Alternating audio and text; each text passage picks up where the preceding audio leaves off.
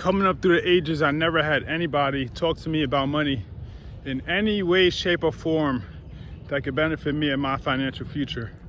I literally had to figure everything out by myself. So if you're 18 to 21, I'm gonna hit you with some shit that you should do and some shit that you shouldn't do to set you up for success in the years to come. Now, I don't want you to turn into that person who blames the school system for the reason that they're busted and disgusted, $100,000 in debt, credit card debt, $100,000 in student loan debt, because that is just called the lack of personal responsibility. Now, the number one rule of finances is don't spend more money than you make. Simple, right? You didn't need a class for that. They didn't need to teach you that shit in school. That shit is really common sense. And if you take that one rule and you don't learn anything else about money, you'll be set, guaranteed, for the rest of your life. Do not spend more money than you make. Easy. Now, when you're 18, first thing you need to do is get your driver's license. There's people my age out there who don't know how to drive and don't have a driver's license. And it's like, bro, you gotta get your life together, bro. You're too old for that shit. So first thing you need to do, get your driver's license. Second thing, register with Selective Service. I don't know if little niggas are still doing that nowadays, but that shit is definitely supposed to get done, because if it's not, that's illegal. And that could also hold you back from certain employment opportunities. Now, if you're 18 to 21 and you just out there living life, don't really know where to go or what direction you're trying to take, I'm gonna give you 3 options of what I think you should do while you're finding your way. Option number 1 is join a trade. Doesn't really matter what trade, electrician, plumber, HVAC, carpentry, doesn't really matter. Because over time, well, even right now, skilled labor is in high demand, and as time goes on, it's gonna be even higher in demand, so their salaries are gonna be ever increasing. You still have your freedom and you have time to maneuver in whatever way you want to. So there's good hours, you don't really have a lot of responsibility, so you still have time to do other things outside of when you're working. Option number 2 is go to college. Now, don't just go to college and pick any dumbass major like freaking business or mass communications or shit like that. Do something in a STEM field, or if you're trying to be a doctor or a lawyer or something, do something that you can actually apply and you don't have to, like, it's something that you can't learn by yourself. You feel me? Because there's a lot of people out there who went to college, got a retarded ass degree, now they're busted and disgusted living at their mom's house still. It is what it is. Third option is join the military. Now, if you have a college degree, commission as an officer. If you have a degree and you enlist, you're a fucking dickhead. That's all I'm gonna say. But in the military, first talk to somebody who's in the military, because the recruiter or the OSO will try to swindle you, dumbass, because you don't know. And you don't know what you don't know. So get somebody who's been there before and help them guide you through the process and make sure you're not getting a dick shoved in your ass unwillingly. Thing about the military, though, is if you're trying to stay in for life, cool. But if you're not trying to make a career, be cognizant of the fact that once you leave, you have to restart. I just got out the military, so now I'm restarting, which is cool.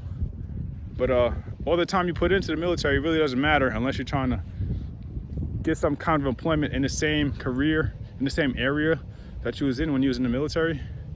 Always be working on your exit plan and set yourself up for success, because you can still make, because that time you're using in the military, you can make the same amount of money and way more with the same time out in the civilian world. But if you have nowhere to go in life, pick one of those 3. Another thing you should do is get a credit card. Now, with this credit card, don't get a high ass balance, get a nice little balance. Swipe for like gas and food, bills, whatever you're gonna pay for anyways. That's what you should use your credit card for, and pay that shit off in full every fucking month. Now, you're a young adult now and you got your driver's license, so you're gonna want to get a car. Do not finance a car. Buy that shit in cash.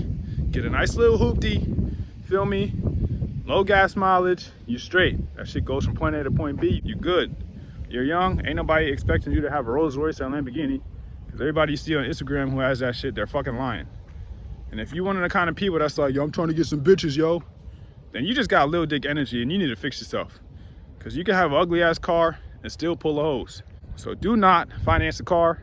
Do not buy a brand new one. Pay that shit in cash. And if you can't pay it in cash, then you can't afford that shit. And that goes with anything in life. If you can't pay for that shit 3 times, then you can't pay for that shit once, and just wait until you can. Last 2 things I need you to do. Every time you get paid, I want you to do 2 things. 1, buy a commodity. I would recommend silver because it's cheap and it's affordable and it's easy to get. The actual physical piece of silver.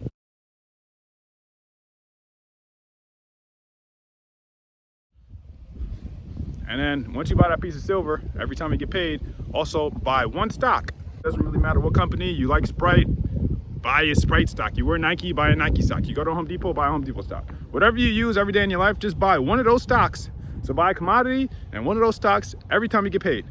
It's not meant to get you freaking rich, you feel me? It's just to introduce you into the opportunities that are out there. So when you're out living life and you get older and you get wiser and you learn more about different shit, you already understand how the stock market and commodities and all this other financial shit works. You feel me? Plus, it's also a wealth preserver. Commodities, gold, silver, platinum, shit like that, palladium, whatever it's called. And then stocks, it's a wealth preserver. So not only are you not spending money, you're kind of saving money, but you're keeping it in a different kind of vehicle. So when times get rough, if you ever have some kind of fucking emergency, you can sell them stocks, easy as shit. 1 second, boom, sold them. The silver, it might take a little bit more time, but you go to the store, sell them shits, boom, got money back. So it's a wealth preserver. You're not spending your money on dumb shit, and most likely it's gonna appreciate with value. Actually, I got one more thing, and this might be the most important thing. Now, with all that money that you're saving, I need you to buy a piece of property as soon as possible, as fast as you can. If you're 18 and you could get a house, get that shit. Now, you don't need a bank, you don't need a lot of money. There's ways to do it if you're willing to put the work in. But I need you to buy a piece of property as fast as possible so you can understand how ownership changes the game and you're not like everybody else. So if you don't remember anything, remember 2 things. Never spend more than you make, and buy a piece of property as fast as possible. Bam. So those are just some things that you should do and should not do between the years of 18 and 21, just to get your mind thinking in the right direction. And if you're older, then shit, maybe you could take some of the advice that I just gave you because you busted and disgusted trying to figure it out. Now, I had to figure this shit out by myself. I ain't had nobody to teach me nothing, you feel me? So I'm still learning too. And you know, there's a lot of people that are gonna say, oh, that's wrong, you shouldn't do that. Well, ask that person to let you borrow $1,000 and I bet you they can't do it. They're gonna say, I don't have it. So if you knew better, you do better. Don't let that go over your head. Peace.